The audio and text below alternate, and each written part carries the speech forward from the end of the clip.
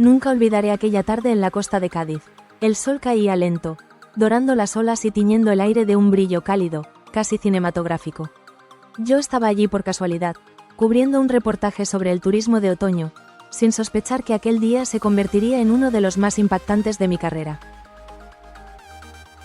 Llevaba años trabajando en televisión, había visto de todo: romances imposibles, rupturas mediáticas, incluso algún que otro escándalo que parecía inventado. Pero lo que estaba a punto de descubrir superaba cualquier libreto de ficción. Todo comenzó cuando me llamó un compañero del equipo de producción. «Oye, creo que Laura Madrueño está por aquí. La vi hace un rato en el puerto». Pensé que era una coincidencia. Laura, la presentadora estrella, siempre tan profesional, tan medida. Era conocida por mantener su vida privada lejos de los focos. No imaginé que su presencia allí ocultara algo más. Tomé mi cámara y me acerqué al paseo marítimo. Entre la gente que disfrutaba del atardecer, vi una silueta inconfundible, alta, elegante, con ese aire sereno que solo ella tiene. Laura Madrueño estaba allí, vestida de forma sencilla, con unas gafas de sol grandes que apenas dejaban ver su rostro. Caminaba rápido, mirando el móvil con una sonrisa contenida. Y entonces, lo vi. De entre las barcas del puerto apareció un hombre de paso firme, mirada confiada, el tipo de hombre que parece acostumbrado a ser observado. Era Álvaro Escasi, el jinete, el aventurero, el eterno galán de los realities españoles. Al principio pensé que era una coincidencia. Dos figuras públicas en el mismo lugar. Pero cuando Laura lo vio, su expresión cambió. Su sonrisa se volvió más profunda, más íntima. Se acercaron con naturalidad, pero sin gestos exagerados. Parecían dos viejos amigos, aunque sus miradas decían otra cosa. Decidí mantener la distancia. No quería invadir, pero mi instinto periodístico me pedía grabar. Encendí la cámara discretamente y enfoqué desde lejos. Lo que capté fue breve, pero revelador. Laura y Álvaro caminando juntos por la orilla, riendo, compartiendo un momento de absoluta complicidad. En un instante, él le tocó la mano, casi sin querer. Ella no la retiró. Fue suficiente. En ese momento supe que tenía algo grande entre manos. Esa noche, mientras revisaba las imágenes en el hotel, mi corazón latía con fuerza. Las tomas eran claras. No había duda de quiénes eran. Pero lo que más me impactó no fue lo visual, sino la energía que desprendían. No era una simple amistad. Había algo más profundo, algo que ni ellos mismos parecían querer aceptar. Abrí mi portátil y empecé a investigar. Ninguno de los dos había hecho declaraciones recientes sobre su vida sentimental. Laura, tras su ascenso en televisión, se mostraba más reservada que nunca. Álvaro, por su parte, llevaba meses fuera del foco mediático tras su última ruptura pública. La pregunta era inevitable. ¿Qué hacían juntos, solos, en Cádiz, lejos de Madrid y de las cámaras? Al día siguiente, decidí seguirlos discretamente. No me enorgullece admitirlo, pero en este oficio, la curiosidad a veces pesa más que la ética.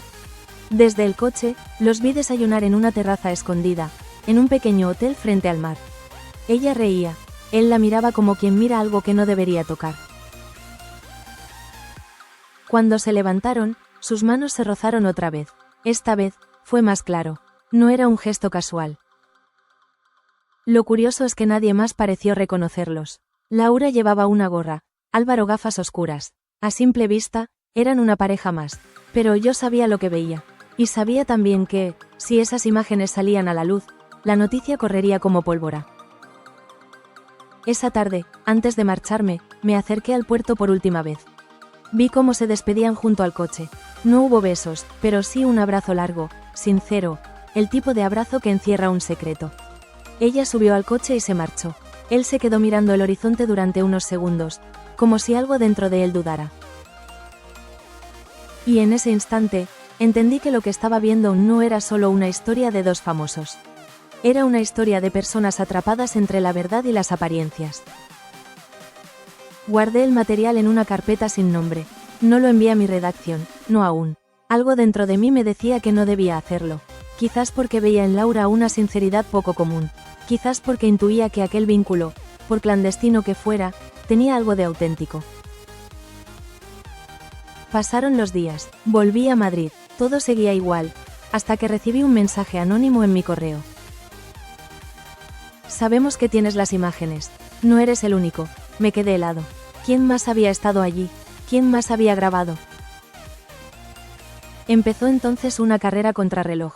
La noticia estaba a punto de filtrarse, y ya no dependía de mí.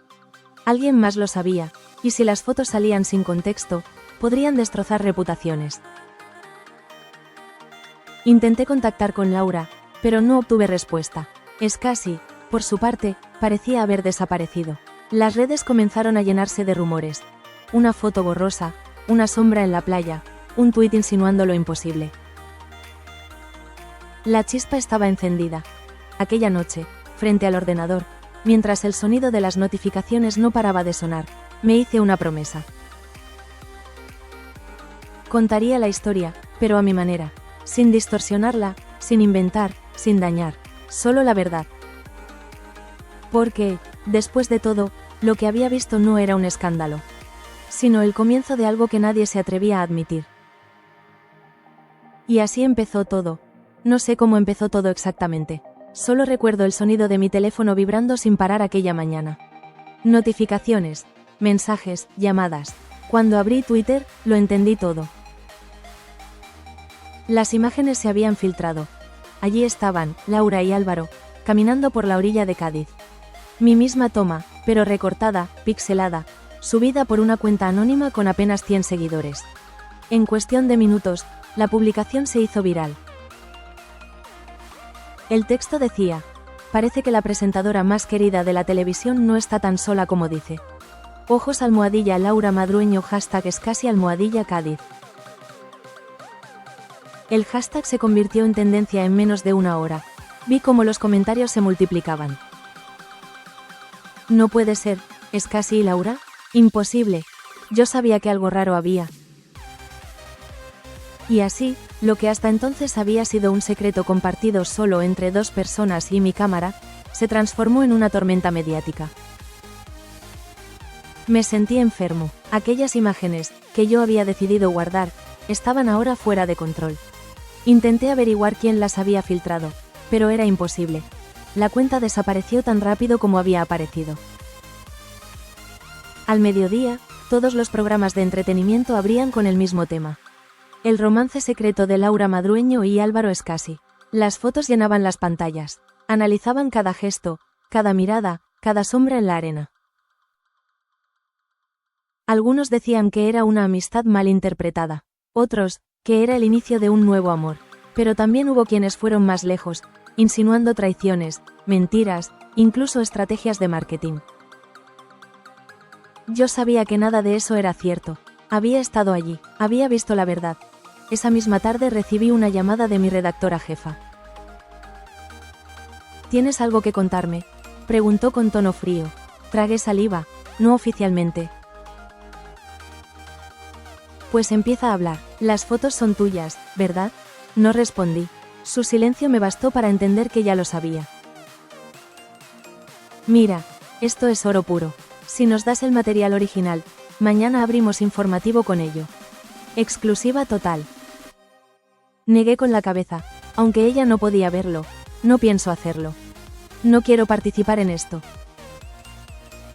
Entonces alguien más lo hará, y tú te quedarás con las manos vacías. Colgó. Por primera vez en años, sentí miedo. No solo por mí, sino por ellos. Decidí buscar a Laura. Después de varios intentos, logré contactar con su asistente. A las pocas horas, recibí un mensaje corto, pero claro. Nos vemos. Hotel Reina Sofía. Habitación 203. Esta noche, 10 de la noche. Llegué puntual. La encontré sola, sentada frente a la ventana, mirando las luces de Madrid. Su rostro no tenía maquillaje. Sus ojos, cansados, hablaban por sí solos. Ya lo sabes, ¿verdad?, me dijo sin saludar. Asentí. No fui yo quien filtró las fotos. Lo sé, su voz era firme, pero herida. Pero eso no importa ahora. Todo el mundo cree que sí. Guardamos silencio unos segundos. Luego, ella añadió: ¿Tú también lo crees? ¿Crees que hay algo entre Álvaro y yo? No supe qué responder. Lo que había visto en Cádiz hablaba por sí solo, pero no era mi lugar juzgarlo. Vi a dos personas siendo sinceras. Nada más. Ella sonrió débilmente. Pues eso ya es demasiado, ¿no? En este mundo, la sinceridad se paga cara. Mientras hablábamos, su teléfono no dejaba de sonar. Mensajes de su cadena, de sus jefes, de amigos, de desconocidos. Todos querían saber la verdad. He pasado años construyendo mi carrera. Siempre he intentado mantener mi vida privada al margen. Pero basta una foto, y todo se derrumba. Yo la observaba, tratando de imaginar lo que debía sentir. La mujer fuerte y serena que todos veían en televisión ahora parecía frágil, casi invisible. ¿Y Álvaro? Pregunté. No lo sé. No responde. Supongo que está lidiando con su propio huracán. Nos quedamos en silencio un momento. Afuera, la lluvia empezaba a caer sobre la ciudad. Mira, me dijo finalmente. Si vas a contar esta historia, hazlo bien. No me defiendas, ni me ataques. Solo cuenta lo que viste. Nada más. Asentí, y supe que tenía razón. Esa misma noche, mientras regresaba a casa, el teléfono volvió a sonar. Era un número desconocido. ¿Eres tú el periodista del puerto? La voz era masculina, grave, depende de quién pregunta. Soy Álvaro Escasi. Me quedé mudo. Laura me dio tu número, continuó. Necesito verte. Nos encontramos al día siguiente en un café discreto del centro. Álvaro llegó con gorra y gafas de sol, intentando pasar desapercibido. Mira, me dijo sin rodeos. No tengo nada que ocultar. Pero no quiero que esto se convierta en un circo. Ya lo es, respondí. Suspiró, cansado. Lo sé. Pero lo que no saben es que esto no empezó en Cádiz. Levanté la vista, sorprendido. ¿Cómo dices? Nos conocemos desde hace meses. Un proyecto conjunto, algo profesional al principio. Luego las cosas se complicaron. No buscábamos esconder nada, solo protegernos. Lo miré a los ojos. Por primera vez, entendí que detrás del mito del conquistador había alguien que también temía. ¿Y ahora qué vas a hacer? Nada. Ni declaraciones, ni negaciones. El tiempo pondrá todo en su sitio. Pagó el café, me dio la mano y se fue. Me quedé allí, observando cómo desaparecía entre la gente. En ese instante supe que la historia apenas comenzaba. Esa noche, las cadenas de televisión desbordaban exclusivas. Algunos programas decían tener nuevos vídeos, otros entrevistaban a supuestos testigos. Todo era ruido. Pero entre tanto caos, algo me llamó la atención. Alguien estaba manipulando el relato. Había fotos falsas, montajes, incluso audios editados. Alguien quería que la historia pareciera algo más escandaloso de lo que realmente era. Recibí otro mensaje anónimo. Esto no es solo un romance. Es una campaña. ¿Campaña? ¿De quién? ¿Para qué? Abrí el correo y vi un archivo adjunto. Un contrato. En el encabezado, el logo de una productora televisiva muy conocida. El nombre de Álvaro aparecía en él. Y, en una cláusula final, una referencia a acciones promocionales no públicas. Algo no encajaba. Pasé la noche sin dormir, revisando documentos, llamadas, mensajes. Cuanto más investigaba, más confuso se volvía todo. ¿Y si el escándalo había sido orquestado? ¿Y si alguien dentro del mundo televisivo había planeado la filtración para ganar audiencia, sin importar las consecuencias? Miré las imágenes una vez más. No, pensé, eso no podía fingirse. La forma en que se miraban, la risa, el roce de sus manos. Eso era real. Quizás alguien había aprovechado una verdad pequeña para construir una mentira grande. Y ahora, los dos estaban atrapados en ella. Al amanecer, escribí mis primeras líneas para el reportaje. Lo que empezó como un rumor en la costa de Cádiz se ha convertido en una tormenta que amenaza con arrastrar a dos figuras públicas. Pero detrás del ruido, hay algo que los titulares no cuentan. La verdad emocional de dos personas que solo buscaban un respiro, lejos de las cámaras. Apagué el ordenador y cerré los ojos. Sabía que lo peor aún estaba por venir. Porque cuando la verdad se convierte en espectáculo, nadie sale ileso. Y yo estaba justo en medio.